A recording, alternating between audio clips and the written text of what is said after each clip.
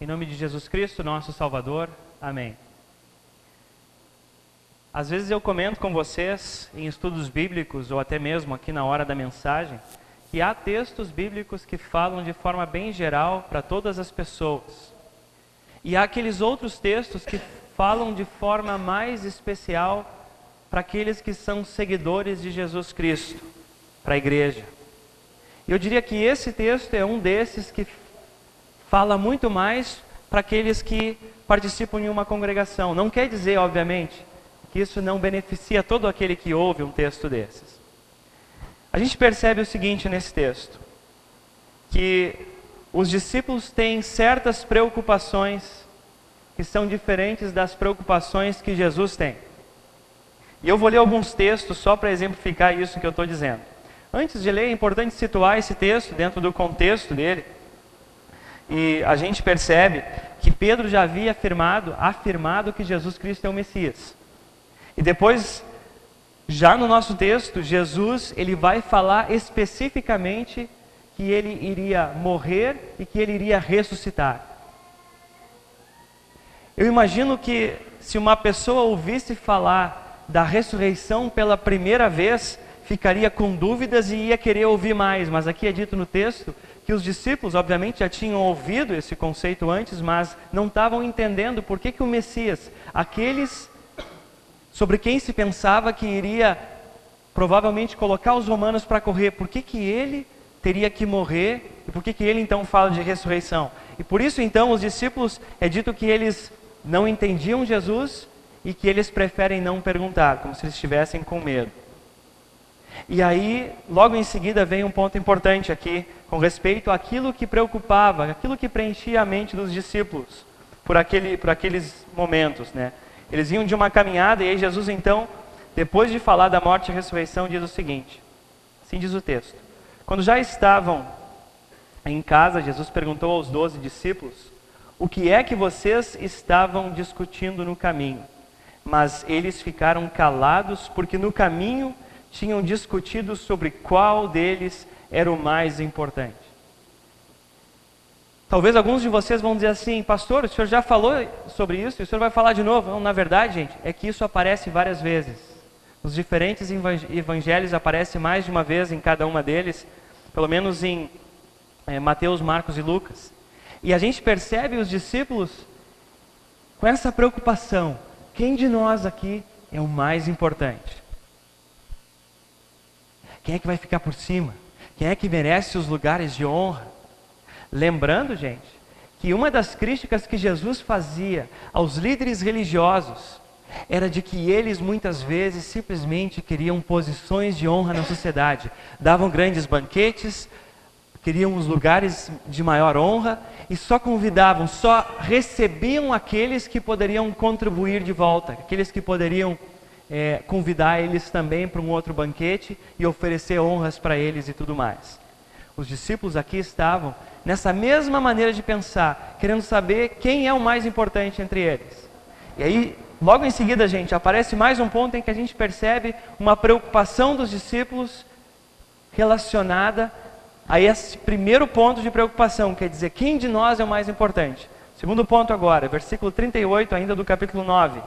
João disse, mestre, vimos um homem que expulsa demônios pelo poder do nome do Senhor, mas nós o proibimos de fazer isso porque ele não é do nosso grupo. Vejam o que está acontecendo aqui, gente. Jesus começa um diálogo porque os discípulos tinham discutido quem entre eles era o mais importante. O que é essa pergunta? Quem é o mais importante? O que isso implica? Orgulho, coisas das quais a leitura de Tiago falou. Querer ser melhor que o outro, ter inveja. E aí agora aqui, João diz assim, talvez com muito orgulho, achando que Jesus ia elogiar ele. Senhor, nós vimos um outro homem fazendo as mesmas coisas que nós fazemos. Expulsando demônios, falando da tua palavra, mas nós o proibimos de fazer. Notem o seguinte, é como se aqueles outros, fazendo o que estavam fazendo, talvez tirassem o foco e a importância daquilo que os discípulos faziam. Eles achavam talvez que só eles deviam ser os do reino de Deus. Para ficar mais claro o que eu estou dizendo, deixa eu dar Pastores da igreja luterana geralmente estudam aí de 5 a 6 anos para poderem ser pastores. Digamos que então eu chegasse em Interlago, como cheguei um ano atrás, percebesse que várias igrejas têm outros pastores pregando o evangelho que talvez não passaram pelo mesmo treinamento teológico, prático que eu passei, e eu pensasse assim, ou dissesse, esses caras não deviam estar pregando a palavra de Deus de modo nenhum, porque eles não passaram pelos estudos que eu passei. É como se eu estivesse pensando que só eu teria o privilégio de pregar a mensagem de Deus, por certas coisas que eu cumpri, critérios, e que os outros não. Isso daria uma longa discussão sobre a importância da formação teológica, e não é nisso que a gente está falando hoje. É óbvio que a formação é importante, e é óbvio que não é qualquer um que pode pegar a Bíblia por aí. A gente sabe o perigo que isso tem, a gente sabe os problemas que isso já causou. Né? Até às vezes no jornal, na televisão, sai coisas do tipo em que alguém abusou fazendo uso da palavra de Deus, abusou de alguém outro através da palavra de Deus. Não é isso que a gente está discutindo. O ponto é que a palavra de Deus precisa ser pregada por mais e mais pessoas, pela boca de várias pessoas, quantas Deus decidir fazer. E não está numa única pessoa querer determinar quem pode e quem não pode, da maneira que os discípulos quiseram fazer, dizendo, Senhor, nós o proibimos de fazer aquilo. Gente, essa atitude dos discípulos, essa preocupação com a posição de honra que estavam ou estariam ou viriam a ocupar, de maneira mais acentuada, mais adiante. E essa dúvida, quem de nós é o mais importante? Quem merece o melhor lugar? Isso é algo que vai se repetir depois no capítulo 10. E lá no capítulo 10, a gente tem de novo a situação em que Jesus fala da sua morte e da sua ressurreição, começando no versículo 32. E aí no 35, gente, vem o seguinte, eu vou ler para vocês. Depois Tiago e João, filhos de Zebedeu, chegaram perto de Jesus e disseram, Mestre, queremos lhe pedir um favor. O que vocês querem que eu faça para vocês? Perguntou Jesus. Eles responderam, quando o Senhor sentar-se no trono do seu reino glorioso, deixe que um de nós se sente à sua direita e o outro à sua esquerda. Olha o que está acontecendo aqui, gente. Eu vou devagarinho para que todos entendam. Jesus fala da morte e da ressurreição dele, gente. O foco da obra dele. E os discípulos não entendiam ainda muito bem.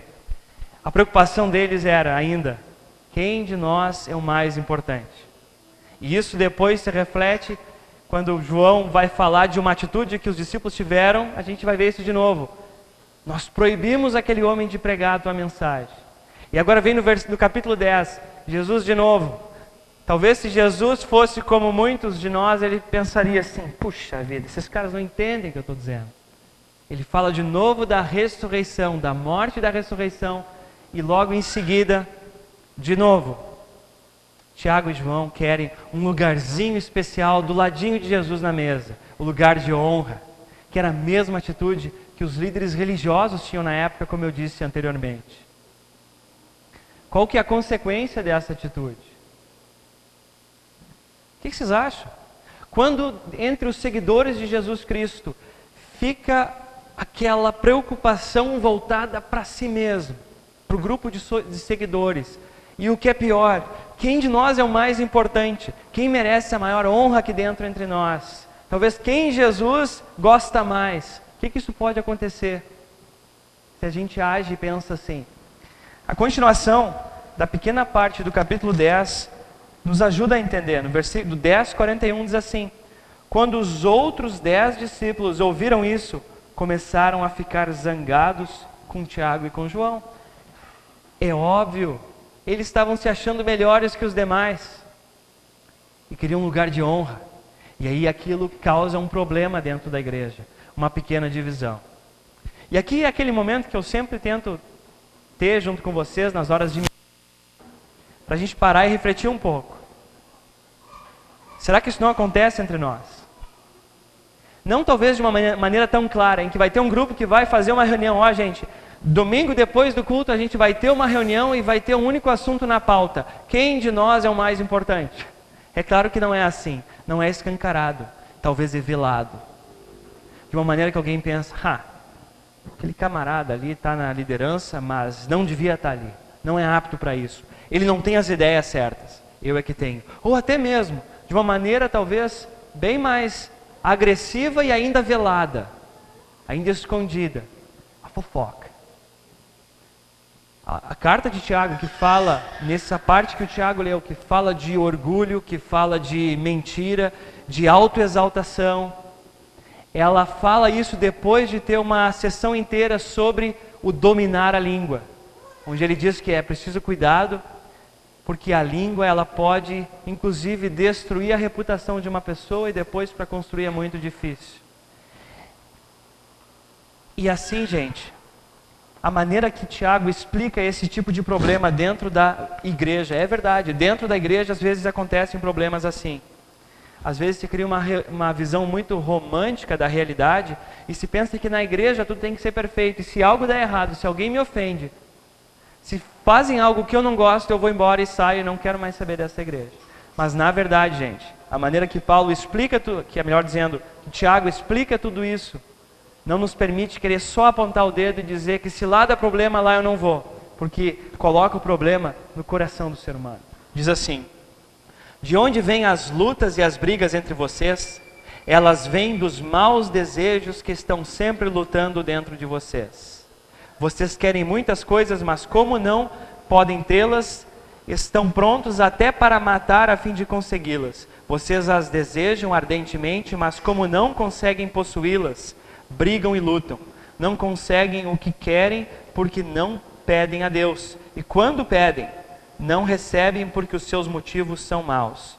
Vocês pedem coisas a fim de usá-las para os seus próprios prazeres. Aqueles a quem eu já pude explicar na instrução a diferença entre lei e evangelho vão entender essa pergunta, e outros também a quem eu já dei estudos sobre isso. Isso são palavras doces ou palavras duras de ouvir? O que vocês acham? Palavras duras. Porque não só o que está sendo feito aqui é mostrar um problema que existe dentro da igreja, a quem Tiago se dirige, mas está dizendo que esse problema mora em cada ser humano por causa do pecado dentro de nós. O conceito de pecado que nós falamos há pouco, que as crianças também têm em si, o pecado em si que a criança também carrega consigo. Mas agora, gente, é hora também de olhar para o texto de uma maneira mais completa. E aí a gente percebe qual que é a preocupação que Jesus tem nessa história. E aí nós percebemos o seguinte. Eu disse há pouco que os discípulos queriam saber quem é mais importante. E aí é dito que a reação de Jesus é a seguinte. Jesus sentou-se, chamou os 12 e lhes disse: se alguém quer ser o primeiro, deve ficar em último lugar e servir a todos. Aí segurou uma criança e a pôs no meio deles, e abraçando-a, disse aos discípulos: aquele que por ser meu seguidor receber uma criança como esta, estará também me recebendo. E quem me recebe não recebe somente a mim, mas também aquele que me enviou. Notem que a preocupação dos discípulos é saber quem é o mais importante entre nós. A preocupação de Jesus está em acolher alguém que não merecia, no sentido assim, a criança não poderia retribuir o acolhimento. Pensando novamente naquilo que eu falei da atitude dos fariseus, dos banquetes, se eu recebo alguém que pode retribuir a minha acolhida, isso os fariseus faziam. Jesus pega o exemplo de alguém, uma criança, coloca diante deles e ele fala em acolhimento, e é o acolhimento de alguém que não pode retribuir. Ela é apenas uma criança pequena, uma criança que depende dos pais, uma criança que é frágil. Esse é o primeiro ponto da preocupação. E essa preocupação se torna mais clara depois, no capítulo 10, quando no versículo 13 é dito assim: depois disso, algumas pessoas levaram as suas crianças a Jesus para que ele as abençoasse.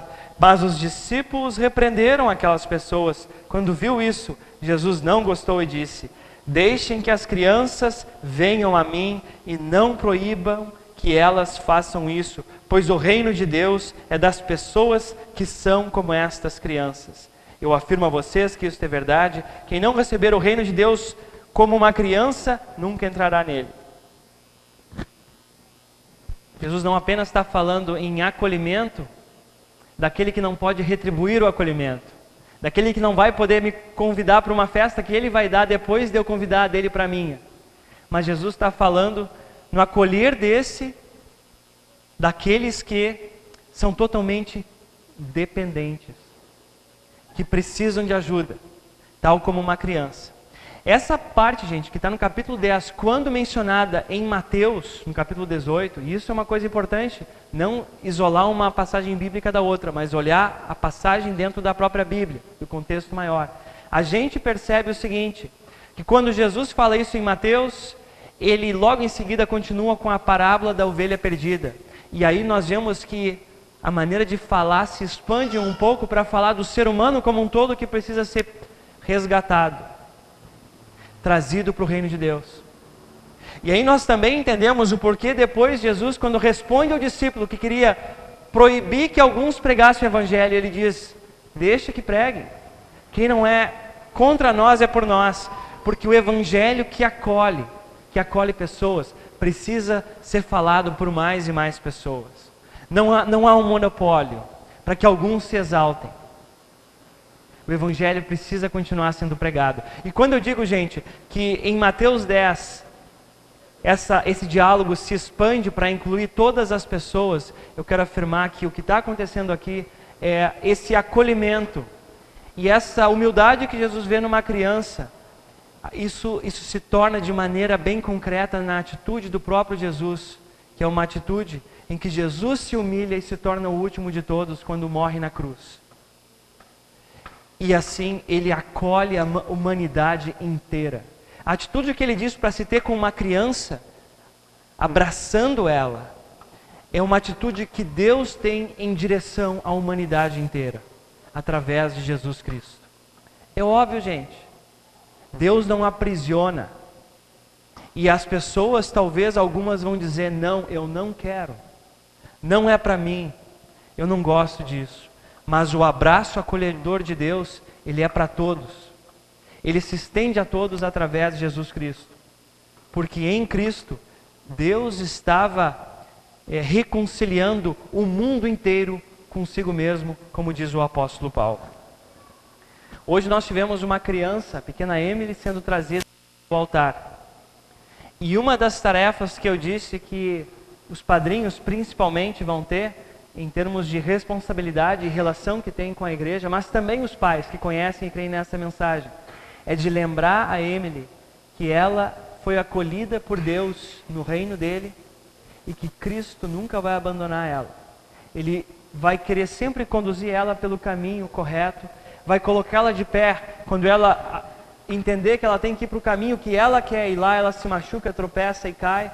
Jesus vai estar disposto a acolher ela, pôr de pé, colocar no caminho tranquilo e caminhar com ela, com o seu perdão e com o amor dele. E isso serve para todos nós. Quem de nós já não andou por caminhos que nos distanciou do nosso Salvador, mas em arrependimento e fé se voltou a Ele e Jesus acolheu com seu perdão?